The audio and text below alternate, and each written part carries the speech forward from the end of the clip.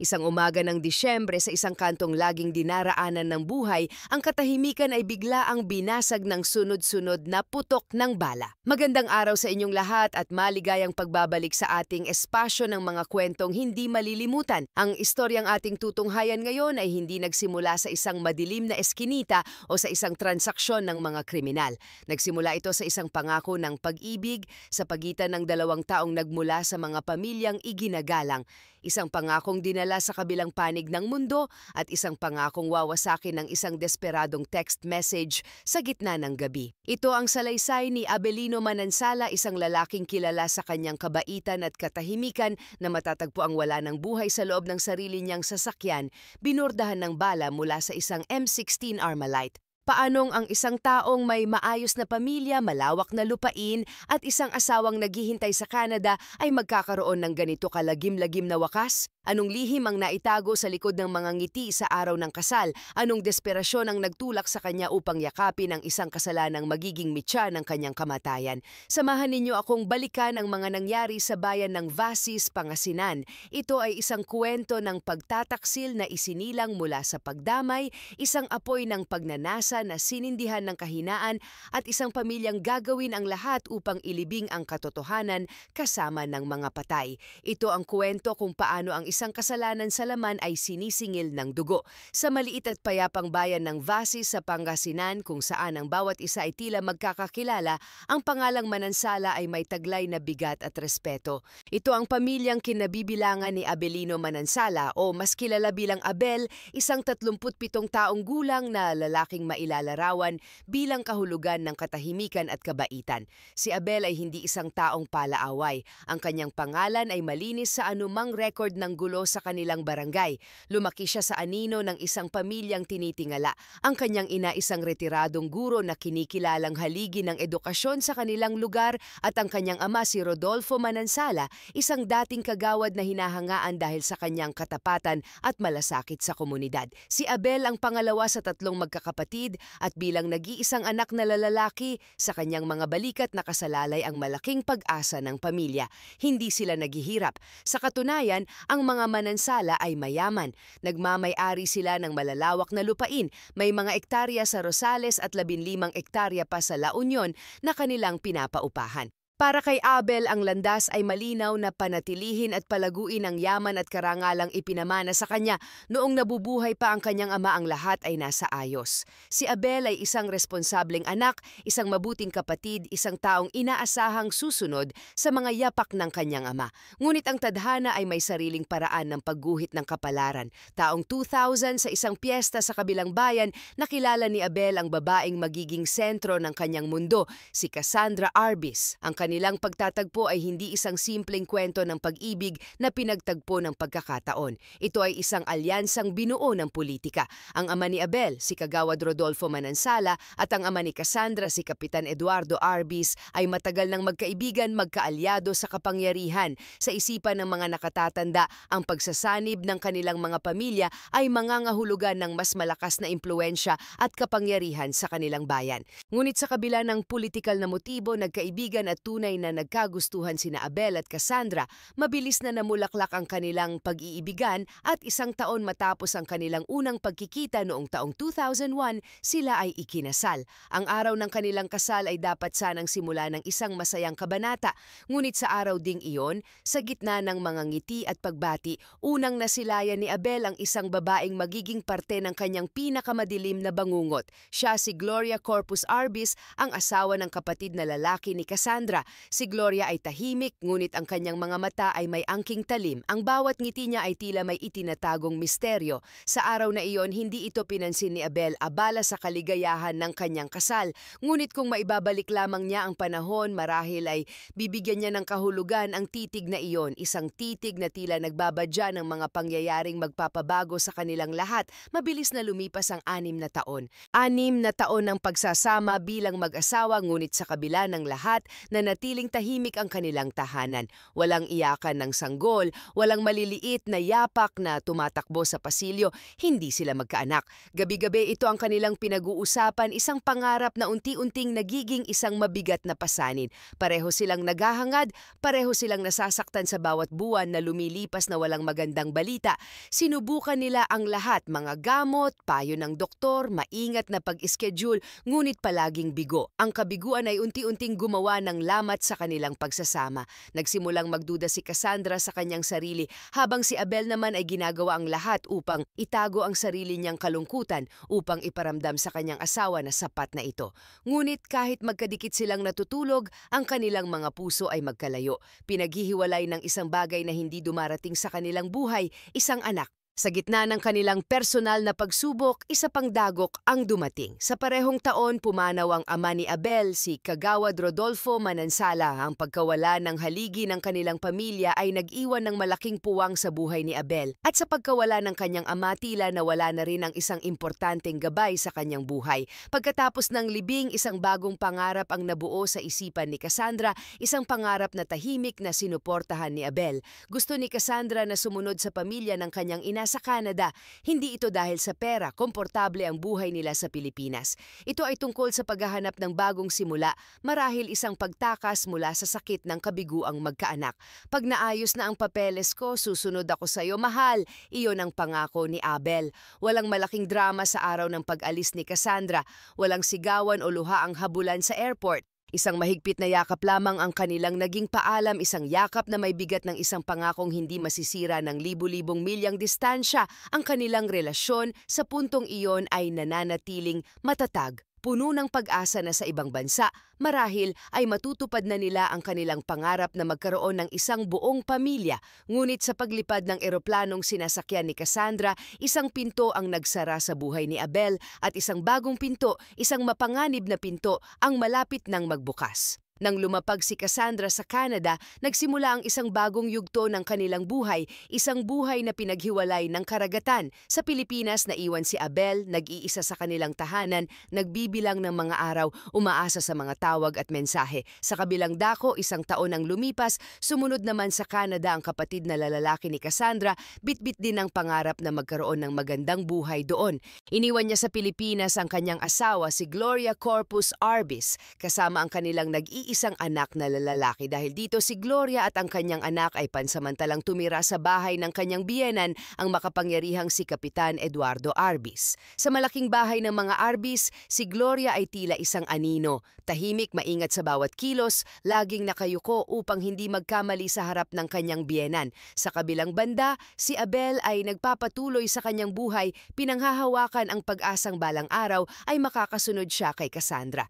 Ngayon sa Pilipinas, tanging sila na lamang dalawa ang naiwan. Si Abel, isang asawang nangungulila, at si Gloria, isang asawang naiwan. Dalawang pusong kapwa pinagkaitan ng pagkakataon, iniwan sa isang sitwasyong hindi nila inaasahan. Nagsimula ang lahat sa mga simpleng text messages. Paminsan-minsan nagkakamustahan sina Abel at Gloria. Ngunit sa mga simpleng palitan ng mensahe, naramdaman ni Abel na mayroong mali, na may mabigat na nangyayari sa kanyang bilas. Isang araw, ang mga simpleng kamustahan ay nauwi sa isang desperadong pag-amin. Abel, may problema talaga dito, text ni Gloria. Anong nangyayari? Safe ka ba, ma'am? Mabilis na tugon ni Abel. Oo, pero takot ako. Sa una paligoy-ligoy ang mga sagot ni Gloria. Putol-putol ang kanyang mga kwento, tila may mga matang nakabantay sa bawat galaw niya. Tila may mga tenga na nakikinig sa bawat salita niya. Ang takot ay halos maramdaman ni Abel sa kabilang linya. Hanggang sa isang gabi sa dilim at katahimikan ng kanyang silid, nagkaroon ng lakas ng loob si Gloria na sabihin ang isang bahagi ng katotohanan. May ginagawa sa akin dito na hindi ko gusto. Pakiusap, huwag kang magsasabi kahit kanino. Napatigil si Abel. Ang mga salitang iyon ay tumusok sa kanyang isipan. Hindi niya alam kung ano ang tamang isasagot. Sige, kwento mo. Anong meron? Isang pangungusap lamang ang sumunod, hindi isang buong paliwanag, ngunit sapat na para mabalot ng yelo ang puso ni Abel. May nagtry na gumalaw sa akin, ama ng asawa mo at asawa ko, hindi na kailangan pang ipaliwanag. Alam na agad ni Abel kung sino ang tinutukoy ni Gloria, si Kapitan Eduardo Arbis, ang kanyang sariling biyenan. Ang ama ni Cassandra ay ginagahasa ang sarili nitong manugang. Ang lalaking tinitingala sa kanilang komunidad ay isang halimaw sa loob ng sarili niyang pamamahay. Naintindihan ni Abel kung bakit hindi makapagreklamo si Gloria. Ang mga Arbis ay makapangyarihan, kaya nilang patahimikin ang sino mang hahadlang sa kanila. Ang kanilang impluwensya ay parang isang malaking kumot na bumabalot sa buong bayan, kayang pagtakpan ang anumang dumi at kasalanan. Sa mga sumunod na araw, ang kanilang palitan ng text ay naging isang lihim na alyansa.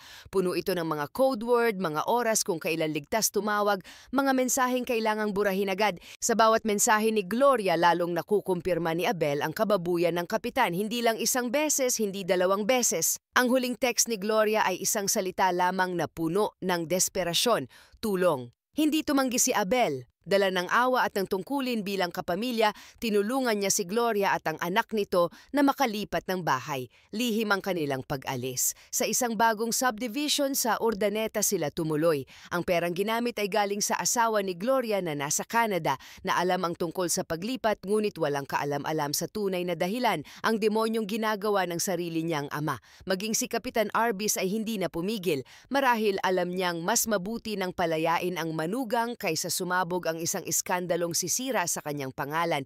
Sa simula, ang motibo ni Abel ay dalisay, pagtulong, pagdamay, walang halong malisya. Ngunit habang tumatagal, habang dumadalas ang kanyang pagbisita sa bagong bahay ni Gloria sa Urdaneta, ang awa ay dahan-dahang nag-iba ng anyo. Ang pag-aalala ay naging pagnanasa, ang dalawang pusong sugatan at nangungulila ay natagpuan ng aliw sa isa't isa. Ang kanilang pinagsasaluhang sekreto ay naging isang tulay patungo sa isang bawal na relasyon. At sa huli, ang lalaking dapat sana'y magiging tagapagligtas ay naging isa na ring mga abuso. Si Abel, ang bayaw, ang siyang pumalit sa pwesto ng kapitan at sa pwesto ng sarili niyang bayaw. Hindi nagtagal, ang lihim nila ay nagsimulang kumalat sa hangin. Nagsimula ito bilang mga bulungan sa kanto. May nangyayari raw kina Abel at Gloria. Naging tawanan ng mga lasing, si Abel na raw ang bagong kabayo ni Gloria, hanggang sa naging lantaran na ang tsismis. Si Gloria na biktima ng pang-aabuso ay naging biktima rin ng tawag ng laman. Alam niyang bawal, ngunit sa mga bisig ni Abel, nakahanap siya ng pansamantalang pagtakas at kaligayahan. Ilang gabi silang hindi nakatiis hanggang sa nangyari ang hindi inaasahan, ang isang bagay na maglalantad sa kanilang kasalanan sa buong mundo, na buntis si Gloria. Ang paglaki ng tiyan ni Gloria ay kasabay ng paglaki ng iskandalo. Sino ang ama? Paano kung malaman ito ng asawa niya sa Canada? Ano ang gagawin ng makapangyarihang si Kapitan Arbis? Ang reputasyon ng mga manansala at Arbis ay nasa bingit ng pagkasira. Sa gitna ng kaguluhan, isang biyaya ang dumating para kay Abel, na aprubahan ng kanyang tourist visa para sa Canada. 3 buwang pananatili, ito na ang kanyang pagkakataon. Kailangan niyang lumayo, magpalamig, takasan ang mga mapanghusgang mata ng mga tao sa kanilang baryo. Umalis si Abel patungong Canada, dala ang pag-asang doon, malayo sa problema, ay muli niyang mahahanap ang kanyang sarili at maililigtas ang kanyang pagsasama kay Cassandra. Ngunit hindi niya alam na sa malamig na lupain ng Canada, isang mas mainit na impyerno ang naghihintay sa kanya. Pagdating ni Abel sa Canada, agad niyang naramdaman ang lamig, hindi ng panahon, kundi ng pakikitungo ng kanyang bayaw, ang asawa ni Gloria. Walang normal na usapan, tanging mga pahiwatig at matatalim na tingin. Ang tsismis ay nakarating na pala sa kabilang panig ng mundo. Isang araw nagdesisyon ang pamilya na kumain sa isang restaurant. Sa una maayos ang lahat, ngunit sa ilalim ng mga pekeng ngiti, ang tensyon ay kumukulo. Hindi na nakapagpigil ang bayaw ni Abel. Aba, ang galing mo palang humingi ng pera, ha? Sana naman may napupuntahan talaga yan, sabi nito puno ng pangiinsulto. Anong problema mo, hindi ikaw ang nagpapakain sa akin, sagot ni Abel. Ayan na naman yang pagkalalaki mo, feeling matuwid. Ni hindi mo nga kayang bigyan ng maayos na buhay ang kapatid ko, kaya siya nag-abroad. Hindi na natapos ng bayaw niya ang sasabihin. Mabilis na tumayo si Abel, sinunggaban ang kwelyo nito. Ang mga upuan ay tumumba, ang mga kubyertos ay kumalansi. lasing sa sahig. Ulitin mo pa, sigaw ni Abel nanginginig sa galit. Sumiklab ang suntukan sa gitna ng restaurant. Nagtilian ang mga tao. Umiiyak na umaawat si Cassandra. Abel, tama na kuya, tumigil ka na. Ang gulo ay huminto lamang nang magbanta ang manager na tatawag ng pulis. Sa kabila ng eskandalo, pinili pa rin ni Cassandra na maniwala sa kanyang asawa. Hayaan mo siya, talagang malandi lang ang hipag kong yon. Sabi niya, ipinagtatanggol si Abel. Ngunit ang tiwalang iyon ay isang manipis na sinulid na malapit ng maputol. Pagbalik ni Abel sa Pilipinas, ang katotohanan ay sumampal sa kanilang lahat. Ilang buwan lang ang lumipas, nanganak si Gloria sa isang ospital sa Urdaneta. Hindi na kinailangan ng DNA test. Isang tingin lang sa sanggol na lalaki ay sapat na. Kamukhang-kamukha niya si Abel, parehong mata, parehong ilong, parehong tikas ng panga. Ang bata ang buhay na ebidensya ng kanilang kasalanan, sumabog ang lahat. Ipinagbawal ng pamilya Arbis na lumapit pa si Abel kay Gloria o sa bata. Isang beses lang niya nasilayan ang kanyang anak sa ospital, isang iglap na parang suntok sa kanyang sikmura. Ang balita ay mabilis na nakarating kay Cassandra sa Canada. Isang tawag sa telepono ang tumapos sa lahat. Puno ng galit at pagkasuklam, winakasan ni Cassandra ang kanilang pagsasama. Ang 5 taong pangarap na binuo nila ay gumuho sa isang iglap. Mula sa puntong iyon, nagsimula ang mabilis at tuloy-tuloy na pagbulusok ni Abel Manansala. Ang dating tahimik at responsableng lalaki ay naging isang lasenggo, isang taong hinahabol ng sariling multo. Natikman niya ang droga, isang paraan upang takasan ang sakit. Ang mga dating kaibigan ay dahan-dahang lumayo. Sa gitna ng kanyang pagkasira, gumawa siya ng isang desperadong hakbang. Ibinenta niya ang 5 ektarya ng kanilang lupain sa Rosales. Ang pera ayon sa mga bulungan ay gagamitin niya para itakas si Gloria at ang kanilang anak mula sa kamay ng mga Arbis. Ang kanyang ina na matagal nang may sakit na diabetes at putol na ang isang paa ay wala nang nagawa. At sa gitna ng kaguluhang ito, pumanaw din ang kanyang ina. Ngayon sa bahay ng mga Manansala, tanging si Abel at ang bunso niyang kapatid na lang ang natira. Sirang-sira na ang kanyang buhay. Iniwan ng asawa, pinagkaitan ng anak, winasak ang pangalan ng pamilya at ngayon ay ulila na rin sa ina. Ang bawat araw ay isang paglubog sa mas malalim na kadiliman at habang siya ay nalulunod sa sarili niyang kasalanan, hindi niya alam na sa bawat galaw niya may mga matang nagmamasid, mga matang puno ng galit, mga matang naghihintay ng tamang pagkakataon para maningil. Ang mga huling buwan sa buhay ni Abel Manansala ay isang malungkot na larawan ng pagkasira. Ang dating iginagalang na miyembro ng komunidad ay naging isang multo sa sarili niyang bayan. Naglalakad siyang parang anino sa mga kalsada, iniiwasan ng mga dati niyang kakilala. Ang mga tingin sa kanya ay puno ng pagkasuklam o awa. Ang tsismis na itatakas niya si Gloria at ang bata ay lalong nagpainit sa sitwasyon. Para sa pamilya Arbis, ito ay hindi lamang isang iskandalo. Ito ay isang direktang paghamon sa kanilang kapangyarihan at karangalan. Ang pagbebenta ni Abel ng lupa ay ang huling patak na nagpaapaw sa baso. Para sa kanila, ito ay kumpirmasyon na may plano siyang agawin ang isang bagay na sa kanilang baluktot na pananaw ay pag-aari nila. Ang bata na nagtataglay ng dugo ng Arbis sa panig ng ina at ang babaeng si Gloria na kanilang itinatago upang pagtakpan ang mas malaking kasalanan ng kanilang patriarka. Dumating ang Disyembre, isang umaga maagang lumabas ng bahay si Abel. Sumakay siya sa kanyang Toyota Corolla. Marahil ay may pupuntahan o marahil ay wala lang talagang direksyon ang kanyang buhay.